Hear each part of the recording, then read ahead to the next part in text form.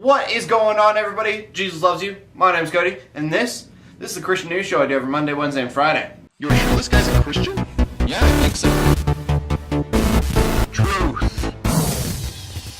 And then before we get into the news today, I just wanted to say, I don't know if this matters or not, but I have a Tumblr. I just know a lot of times I'm talking about like Facebook and Twitter, and I don't usually talk about Tumblr, but I've been getting into Tumblr a little bit more lately, and there's a lot of pictures on Tumblr that I don't post on Facebook and Twitter. So if you want to check out things that I get excited about but aren't really related to me personally, it's codyarmor.tumblr.com. And our first story of the day is about the 2013 Christian Fashion Week, because obviously it's a thing. And it's kind of weird because I've never heard of it until today, but it turns out that it was going on all last weekend. And how it goes is the event itself is a Christian event. It's meant for the Christian community, but not all of the designers themselves are Christians. But that being said, according to Jose and Myra Gomez, the ones who really put this event together, they said the designers, whether or not they were a Christian, were really excited for this, which makes sense because you're going to be really challenged as a designer to make something modest when everything in the fashion world really is immodest. I mean, this really has to get their creativity going because they're making something look good that mostly society says doesn't look good. I can just imagine how challenging it must be to be like, hey, modesty doesn't look good. Make it look good. I mean, because if you look at me, I'm totally into fashion.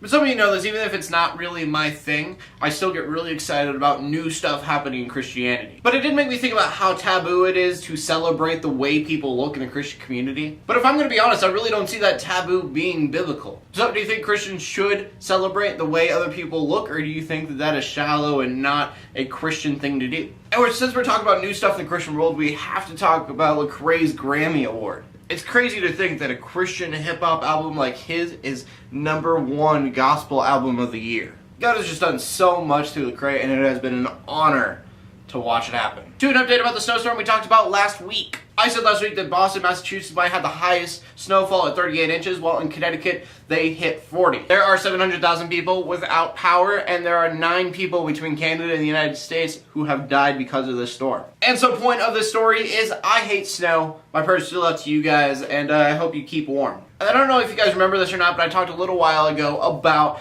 the Sunday Assembly in London. It's pretty much just an atheistic church. They have inspirational speakers, and then they sing songs, they take offering, and all of that. And I kind of poked fun at it, how close it is to a Christian church. But they just had their second event, and it turns out that it brought in 300 people. Which I have to admit is a lot of people, but I started thinking about it, and if it wasn't on Sunday mornings, and it wasn't like the worship of not having a God, I think I would actually go to this thing. I mean, if you were to put it on a random weeknight, and I didn't have to hear how much you don't believe in God the entire time, I would be kind of like a school assembly. But even as I say that, and I love inspirational speeches, I do have the verse pop in my head, the fear of the Lord is the beginning of wisdom. So that being said, I don't know if I could take guidance anymore from someone who wasn't Christian. Solely because your life might be really well put together, but it's not put together in the way that I would want to go. I mean, regardless, it still sounds like a fun time though. Sorry, I forgot the Christian response, which is, you shouldn't think of such things. It's of the devil. And then in some pretty crazy news, Pope Benedict XVI is now resigning at the end of the month. Of course, everybody was shocked. I was shocked. Plus, I was really angry because I got up and realized that I have to do this news story, even though I recorded yesterday, so I record a piece of it again. But anyways, the reason that he says that he is resigning is because he no longer has the capacity to do his job. He says he's prayed about it for a long time, and he's just decided he's too old to have that responsibility anymore. So I'm not Catholic, so whatever happens to the Pope I don't really care about too much, but I know there are a lot of Christians out there who do. If they didn't, it probably wouldn't be the big headline on CNN. And then something that I really truly believe is awesome is that 2 people have left the Westboro Baptist Church. If you don't know who the Westboro Baptist Church is, they're the God hates fags people. But 2 of the pastor's granddaughters, Megan and Grace Phelps Roper, actually left the church. Now, I think I've said this before, but I am not disgusted by the Westboro Baptist Church as a whole. I am just simply incredibly disgusted by Fred Phelps himself, the creator of the Westboro Baptist Church. At first, they all disgusted me, but I watched a couple documentaries on them, and I realized just how brainwashed that church is. I mean, as little kids, they're holding these signs that say God hates fags, and everybody hates them but their family. And I say that to say that it takes a lot of strength and courage to leave that church because the entire family disowns you when you leave. And so I can imagine when you have the only people who love you and the rest of the world hates you, you're not going to want to go out there.